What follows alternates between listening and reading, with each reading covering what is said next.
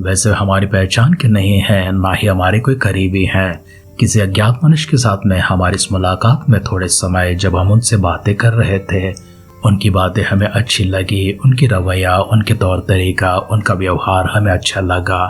उनकी रुचियों के बारे में, अभिरुचियों के बारे में हम जानने लगे, थोड़ा और समय बिताने लगे, हमें और भी अच्छा लगने लगा। हम उनकी जीवन से प्रसन्न हो गए हैं और हम उनके साथ में दोस्ती कर बैठे हैं। हमारी दोस्ती गहराई में बदल चुकी है। हमारे मन की इच्छा के अनुसार ही हमारी रुचि, हमारी दिलचस्पी जैसी है वैसे ही उनकी भी मन है। जैसे हमारी जिज्ञासा है वैसे भी उनकी जिज्ञासा है। हम जिस नैतिकता के साथ में चलते हैं वही नैतिक जीवन उनकी भी है। जिन अच्छे मार्गों को हम अपना कर चलते हैं उनमें वे भी चलते हैं। इससे हमें और भी प्रसन्नता मिली है और हमेशा हम उनके साथ में समय बिताने को इच्छुक रहते हैं।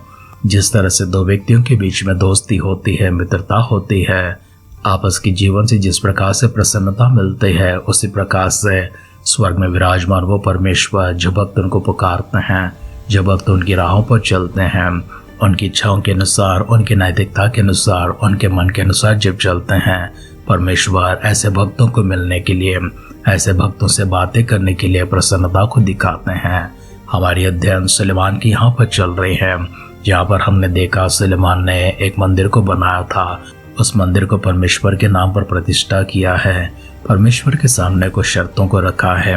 मध्यस्थी में, प्रार्थना में कुछ बातों को इस तरह से रखा है, जो बातें मैं इस मंदिर के विषय में करता हूँ, मेरी इन बातों को सुनना और इस मंदिर में आकर या फिर इस मंदिर की ओर देखकर, इस मंदिर की ओर अपने हाथ को बढ़ाकर कोई भी कुछ भी क्यों ना मांगे, चाहे वो मदद के लिए हो, चाहे उनके पापों को क्षमा करने के विषय में हो, या फिर परमेश्वर कोई ऐसे विषय हो विवाद की हो, उसमें भी परमेश्वर उनका न्याय करना, उनका मदद करना। इस तरह सुलेमान ने परमेश्वर के नाम पर उस मंदिर को समर्पण किया था।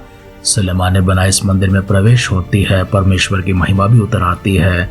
परमेश्वर की तेज इतनी प्रकाशमान थी कि याजक भी घबरा चुके हैं। परमेश्वर की उपस्थिति से बना हुआ उस मंदिर में और क्या होने लगा है।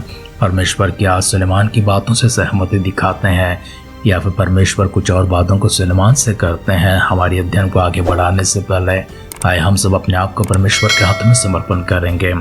छोटी सी प्रार्थना हम परमेश्वर की प्रसन्नता के लिए मांगेंगे, ताकि परमेश्वर हमारे जीवन से भी प्रसन्न हो सके। हमसे भी मुलाकात करने के लिए सुलेमान से जैसे मिले हैं वैसे ही हमसे भी मिलकर परमेश्वर हमसे बातें करने के लिए आइए अपने सिरों को झुकाएंगे, आंखों को बंद करेंगे, छोटी सी दुआ करेंगे। स्वर्गीय पिता परमेश्वर, हम आपकी हुज़ूर में अपने आप को दीन और नम्र करते हैं। पिता एक और बार सारी भलाई के लिए आपको धन्यवाद करते हैं। आदर सम्मान महिमा परमेश्वर आप ही के नाम पर हम चढ़ाते हैं। एक नए दिन आपने हमें सौभाग्य के रूप में जो प्रदान की है उसके लिए भी शुक्र अदा करते हैं। हमारे सारे परिजनों को आपके नज़रों में लेकर आते हैं। हमारी चाल चलन, हमारी जीवन परमेश्वर आपके लिए भावता हुआ बलियाग के रूप में प्रसन्नता पूर्वक हो सके। इसलिए प्रभु जी प्रार्थना करते हैं आपके अभिषेक से हम सबको भरने के लिए, आत्मा अगुवाई में हम सबको चलाने के लिए दुआ करते हैं। पिता हमारे सारे परिजनों को फिर से एक बार उनकी आवश्यकताओं के साथ आपकी नज़रों में समर्पण करते हैं। उनकी कौन सी कमी है, कौन सी घटी है, किस प्रकार की तकलीफ से वो गुजर रहे हैं, परमेश्वर आप भली भांति जानते हैं। इसलिए हम मिलकर दुआ करते हैं उनकी और, उनकी जीवन की और, उनके घर परिवार की और अपनी दृष्टि को बढ़ाए। हमारे सारे परिजनों को फिर से एक बार आपने छू कर दिया हुआ तंदुरुस्ती के लिए, चंगाई के लिए, उनके छुटकारे के लिए और उनके पर ढेरा हुआ सारे आशीर्वादों के लिए शुक्र अदा करते हैं। आत्मा का अगुवाई में हमें चलाते रहिए, हमसे बातें करते रहिए, आदर सम्मान महिमा आप प्राप्त करते रहिए। दुआओं को सुनकर परमेश्वर देवतर के लिए धन्यवाद करते हुए हमारे उद्धारकर्ता हमारे प्रभु यीशु मसीह के नाम से इस प्रार्थना को मांगते हैं। सुन और कबूल कर पिता। आमेन, आमेन, आमेन। आध्यात्मिक जीवन की दैनिक खुराक सुन रहे हमारे सारे प्रिय श्रोताओं को, परमेश्वर के प्रिय भक्तगणों को प्रभु यीशु मसीह के नाम में प्यार भरा जय मसीह की सुप्रभातम और शुभोदय कहते हुए हम सबका मनपसंद ध्यान केंद्र आध्यात्मिक जीवन की दैनिक खुराक में और इस नए दिन में आप सबका स्वागत करते हैं। हमारी अध्ययन राजों का पहला ग्रंथ 9 अध्याय में चल रही है। आइए उसका पहला वचन से पढ़ते हुए कुछ बातों का गौर करेंगे।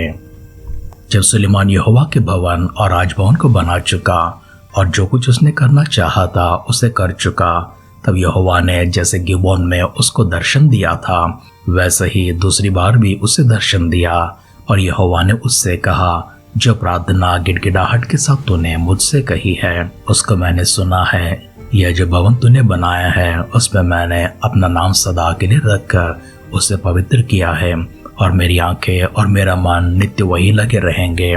और यदि तू अपने पिता दाऊद की नाई मन की खराई और सीधाई से अपने को मेरे सामने जानकर चलता रहे और मेरी सब आज्ञाओं के अनुसार किया करे और मेरी विधियों और नियमों को मानता रहे, तो मैं तेरा राज्य इस्राएल के ऊपर सदा के लिए स्थिर करूंगा, जैसे कि मैंने तेरे पिता दाऊद को वचन दिया था कि तेरे कुल में इस्राएल की राजगद्दी पर विराजने वाले सदा बने रहेंगे।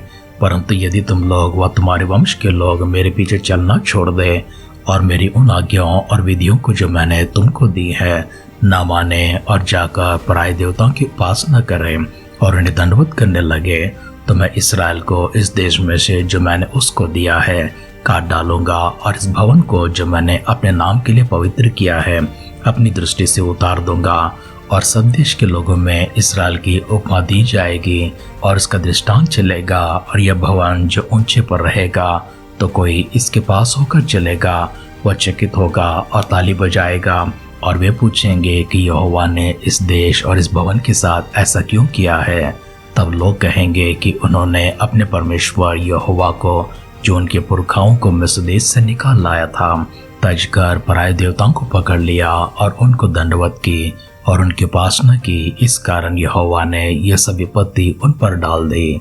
सुलेमान को तो यहोवा के भवन और राजभवन दोनों बनाने में 20 वर्ष लग गए। राजाओं का पहला ग्रंथ 9 अध्याय का पहला वचन से लेकर 10 वचन तक हमने पढ़कर सुना है। हमारे अध्ययन में हम सुलेमान के पास और परमेश्वर के पास जाते हैं।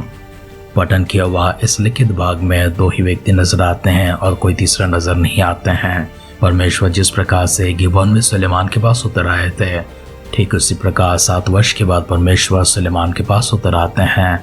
सुलेमान को मंदिर बनाने में 7 वर्ष लग गए थे। 7 वर्ष पहले परमेश्वर ने सुलेमान को दर्शन देकर उससे प्रतिज्ञा किया था, ज्ञान और समझ को जिस प्रकार से तूने मांगा है उसे मैं दे देता हूँ, और क्योंकि तूने धन को या फिर किसी और वस्तु को नहीं मांगा था इसलिए मैं धन भी तुझे दे देता हूँ। परमेश्वर ने इन 7 वर्षों में सुलेमान के पास बहुत सारा धन को भेज दिया था। सुलेमान बहुत धनवान व्यक्ति हो चुका है। सुलेमान न केवल ज्ञानी है, न केवल राजा है, परंतु धनवान इंसान भी है। इतना धन से, इतना ज्ञान से परिपूर्ण एक राजा को हमने देखा है, और साथ ही साथ परमेश्वर की उपासना करने वाला, उनकी भक्ति में चलने वाला, परमेश्वर की संतान और उनके आराधक के रूप में भी उनको देखते हैं। सुलेमान ने जो मंदिर बनाकर परमेश्वर के सामने जो शर्तें रखे थे, परमेश्वर ने उन शर्तों को स्वीकार किया है। और परमेश्वर ने यह भी कहा है, जिस भवन को तो बनाकर मेरा नाम रखा है उसमें मैं अपना नाम सदा के लिए रखकर उसे पवित्र करता हूँ, और मेरी आंखें और मेरा मन नित्य वहीं पर लगे रहेंगे।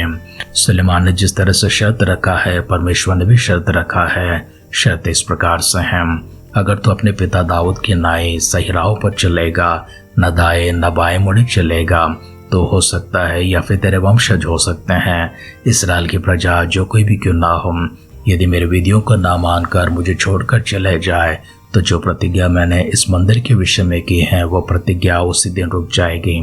और जब लोग इसको देखेंगे, इस देश को देखेंगे, तो कहेंगे यहोवा ने इस भवन के साथ, इस देश के साथ मैं ऐसा क्यों किया, इस प्रजा के साथ मैं ऐसा क्यों किया। वे मजाक उड़ाएंगे, वे टट्टा किया करेंगे। मेरी विधियों के अनुसार जब तक इस्राएल चलता रहेगा तब तक उसी प्रकार रहेगा। जिस दिन वे मुकर कर, मुझे तज कर अन्य देवताओं के पीछे चलेंगे, उस दिन उनका नुकसान होगा, उनकी बर्बादी होगी। परमेश्वर के इसी कथन के अनुसार संभव होता हुआ हम इस मंदिर को देखते हैं।